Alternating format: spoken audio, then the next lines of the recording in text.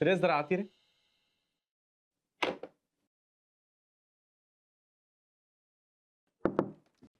May come in sir. हा कमीन. दार लावून घे. Yes sir. Yes sir. काय काय चाललंय काय रे तुझं? हा ऑफिसची कामं सोडून हे असली बाहेरची कामं करायला लागलायस आज का? बाहेरची कामं नाही सर, उलट मी तर हल्ली तुमचीच कामं करतोय. असं का? शनायाला प्रपोजल कुणी बनवून दिलं? कुणी बनवून दिलं? तूच ना? हे सगळं करण्याच्या आधी मला एकदा विचारावंसं नाही वाटलं तुला? सर मला वाटलं ते तुम्हाला. काय काय वाटलं तुला? हा काय वाटलं काय? सर प्लीज चिडू नका. मला वाटलं की तुम्ही शनायाला प्रपोजल बनवायला सांगितलेलं म्हणजे ते तुमचं पर्सनल काम झालं. आणि हल्ली मी तुमची पर्सनल कामं करतोच. आणि तसंही तुम्ही मला हल्ली काहीही करायला लावता. ए श्रेयस, जास्त बोलू नकोस हा. हे सगळे उद्योग करण्याच्या आधी मला एकदा विचारायचं ना. अहो पण मला काय माहिती तुम्हाला हे प्रपोजल नकोय, नाहीतर मी बनवूनच दिलं नसतं. मला वाटलं उलट हे प्रपोजल बघून तुम्ही खुश व्हाल. हा खुश व्हाल? माझ्या खिशातनं पैसे जाताना बघून मी असा कसा खुश होईल रे? तू जरा ना स्वतःचं डोकं वापरत झाला रे. मी काय वेडा आहे शनायाला बिझनेस काढून द्यायला? हो. तुझ्यामुळे आता मी तिला नाही पण नाही म्हणू शकणार, कारण प्रपोजल मध्ये काही फॉल्टच नसणार ना. सर मी तुम्हाला एक सांगू का? नाही I mean it's a request. पण तुम्ही आता एकदाच फायनली शनायाला कायमचं नाही म्हणून टाका सगळ्याचसाठी. सर सर शनाया तुमच्या आयुष्यात परत आल्यापासून तुमचे लॉसच होत आहेत. ए चॅम, मला नको अक्कल शिकवा. तुला जेवढं काम सांगितलंय ना तेवढं तरी नीट कर, बस तेवढंच पुरे. सर तेच करतोय मी, तुम्हाला अलर्ट करतोय. कसं आहे, माणूस दोन दगडांवर पाय ठेवून उभा राहिला ना तर तो पडणारच. आणि त्यात तो पाण्यात पडला आणि त्याला पोहताच येत नसेल तर तो बुडणारच. मलाही नाही येत पोहता. तर तुम्हाला खरंच पोहता येत नाही? नाही. सर मग कन्फर्म कठीण, 200% कठीण आहे. माझा ऐका, राधिका वहिनी नावाचं लाईफ जॅकेट घाला आणि जीव वाचवा. हिच्या मागे लागलात ना तर कन्फर्म टायटॅनिक.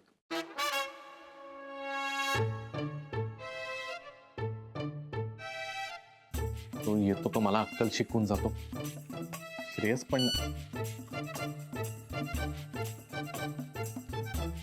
पैसे कधी ते.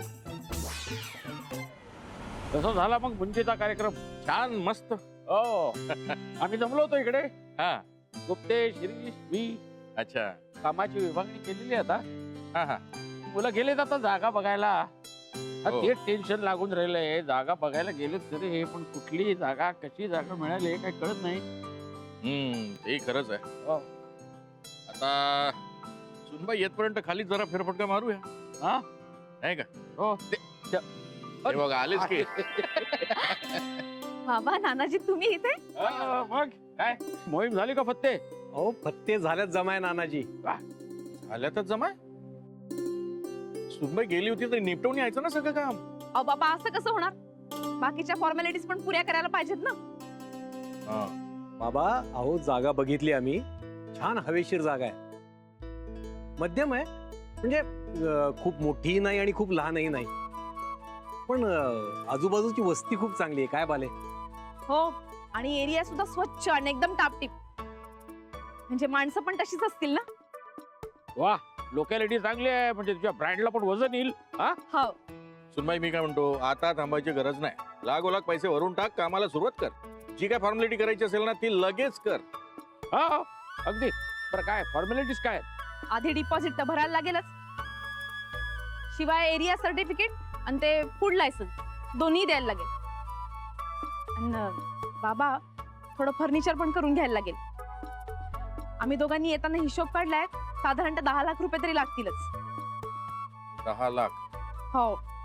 ठीक आहे, तू काय काळजी करू नकोस, मी गुरुला सांगतो. पण बाबा यांना कशाला? पण का? गुरु बोलला होता ना तुला मदत करेल कामात म्हणून, मग त्याला सांगायला नको? अरे कशी सोय करून ठेवेल तो. नाही नाही, मी काय म्हणतो, गुरु घरी आला की मग बोला ना त्याच्याशी. नाही पण नाना तेवढा वेळ तरी कशाला? आता जर त्याला माहिती दिली ना तर तो आपली सगळी सोय करून ठेवेल ना. नाही मला काय वाटतंय की बाबा म्हणतायत ते बरोबर आहे. नाही नानाजी बाकी सगळं होईल हो, पण एरिया एनओसी लेटर, तिथल्या सोसायटीचं लेटर, अहो एक ना 10 फॉर्मॅलिटीज आहेत त्या सगळ्या पुऱ्या कराव्या लागणार. शिरीष तुम्ही काही काळजी करू नका, मी आहे ना. तुम्ही वा पुढे, मी बोलतो पुरुष. हे तर मदत करतीलच, पण शक्यतोवर मला स्वतःच्या जीवावर जे काही करता येईल तेवढं करायचं. उगाच मायामुळे यांना त्रास नको. मला कोणावरती अवलंबून राहायचं नाही. तसंही हा त्यांच्या मेहनतीचा पैसा आहे. तो जपूनच खर्च करायला हवा. हे घे 3 लाख रुपये. Thank you, you so sweet. पचा आणि उगीच आवाजावी खर्च करू नकोस हं. माझ्याकडे यापेक्षा जास्त पैसे नाही आहेत. चल काहीतरी. अगं मी खरं सांगतोय, मी बँकरप्ट होईन अचानक.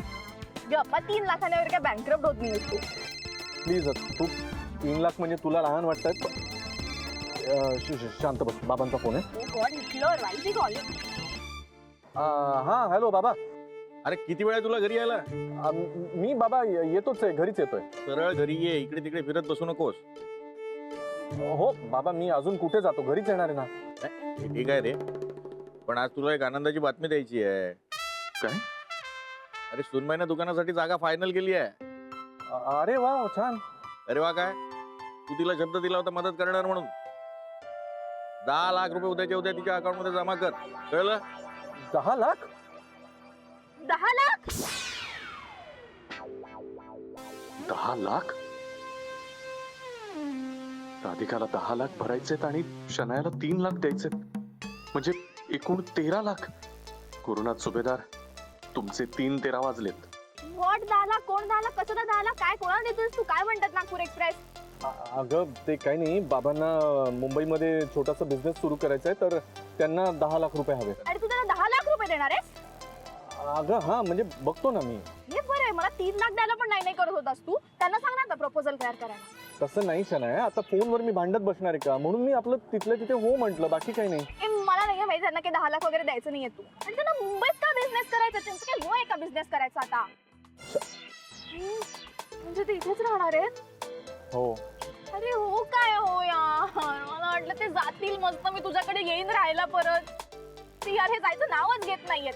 त्यांना सांग ना नागपूरला जाऊन काहीतरी ऑरेंजचा बिझनेस करा म्हणून. शनाया, ते माझे बाबा आहेत, माहिती आहे ना तुला.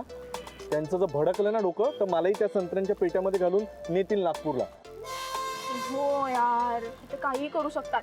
तेव्हा नाही का संत्र्याच्या पेट्या आणून घराचं गोडाऊन करून टाकलं होतं. नाही, ते खरंच काही करू शकतात. आणि आता तर राधिकाही त्यांच्या सपोर्टला आहे ना, इथेच थांबा म्हणून. राधिकाचा काय संबंध आहे? अगं म्हणजे मला असं म्हणायचं होतं की तिला तर हवंच आहे ना की तिने परत घरी यावं आणि आम्ही सगळ्यांनी फॅमिली म्हणून एकत्र राहावं, म्हणून म्हणलं की तिचाही बाबांना सपोर्ट आहे ना. यार ही गुड फॉर नथिंग ना, जिथे तिथे नाखू शकतो. खूपच ते म्हणायचं का तुला? हा ठीक आहे ना, तेच ते वॉटेवर. यार पण मी आता घरी कधी येऊ? जाऊ दे, तुम्हाला नवीन घर घेऊन दे प्लीज. अच्छा, अगं ते घराचं वगैरे बघू ना नंतर. आता तुला 3 लाख दिलेत ना, तू बिझनेसवर कॉन्सन्ट्रेट कर ना. ते तर मी कॉन्सन्ट्रेट करणारच आहे. तू बघ 3 लाख ते 30 लाख करते आता. बरं ठीक.